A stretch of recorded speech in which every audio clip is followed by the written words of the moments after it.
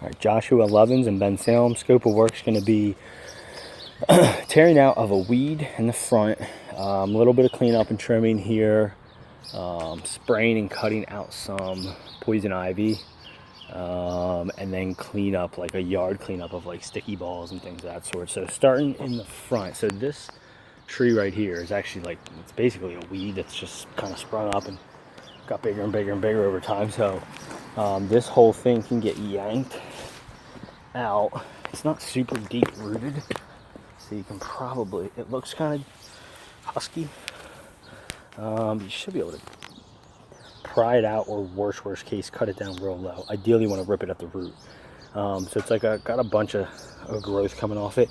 This bush wants to stay. Everything else just rip out of there, yank out. And then after you yank it out, there's a little bit of leaves and debris if you can clean them up. And anything like in the bed, if you can just kind of clean it up. So yeah, so all this stuff, like these should come out fairly easily. But there's a bunch of them, so just yank them out, clean up that landscape. Next will be, so I'm gonna separate it out. The cleanup, the yard cleanup of the sticky balls and stuff is gonna be separate in case he doesn't want to go for it from the other work. So I'm gonna put this little poison ivy spot here, and then in the back there's one more spot to spray. I'm gonna separate that out. So this spot, so initially he wanted all of this poison ivy. It's growing all the way up his house, close to probably 30 foot high, all ripped off and cleaned up. I told him that's one, we don't really do a ton with poison ivy. I try to avoid it wherever I can, and we also don't go that high. So as an alternative, what I said we can do is basically just like 8 feet and below, we can cut this out.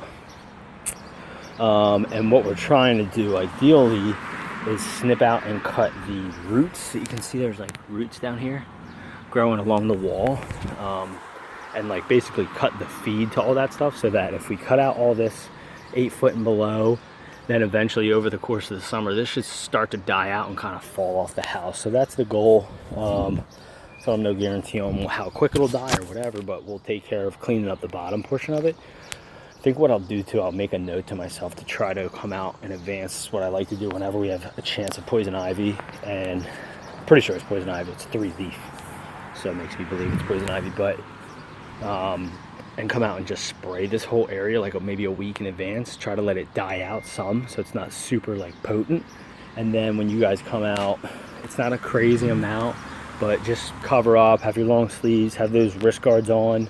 Try to avoid direct contact with it as much as possible. But I think between spraying it and covering up, and it's not a ton, should be able to get in there with like a string trimmer from far away and kind of cut it all away. And then even just take a string trimmer so you have a little bit of gap on it, and bust out the roots that are against the brick part of the house. And then, if you do like rake it up or whatever, try to just keep it on tarps off of you. But between all that, you should hopefully avoid any type of poison ivy between the spray and all that. So that's this little section here. There's kind of like a rose bush here, so if you end up jacking that up and cutting that back a little bit to get in there, that's fine as well. Do your thing. And then the other portion of work is going to be clean up of the sticky balls and like just a general yard cleanup. So it is a townhome. He's the end unit, so there's some right here to clean up. There's a little bit here in the corner yard, and then I'll walk around. So I don't have to go in the backyard, but you can kind of see there's some on the deck up there to clean up.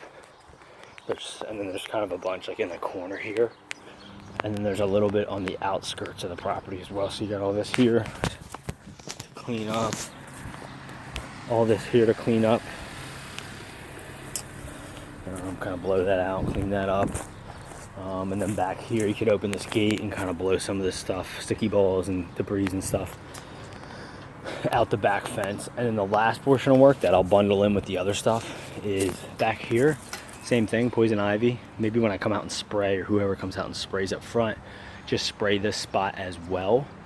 And then maybe if it's not dead or whatever, just finish it off with a string trimmer to clean up this area. And that's it.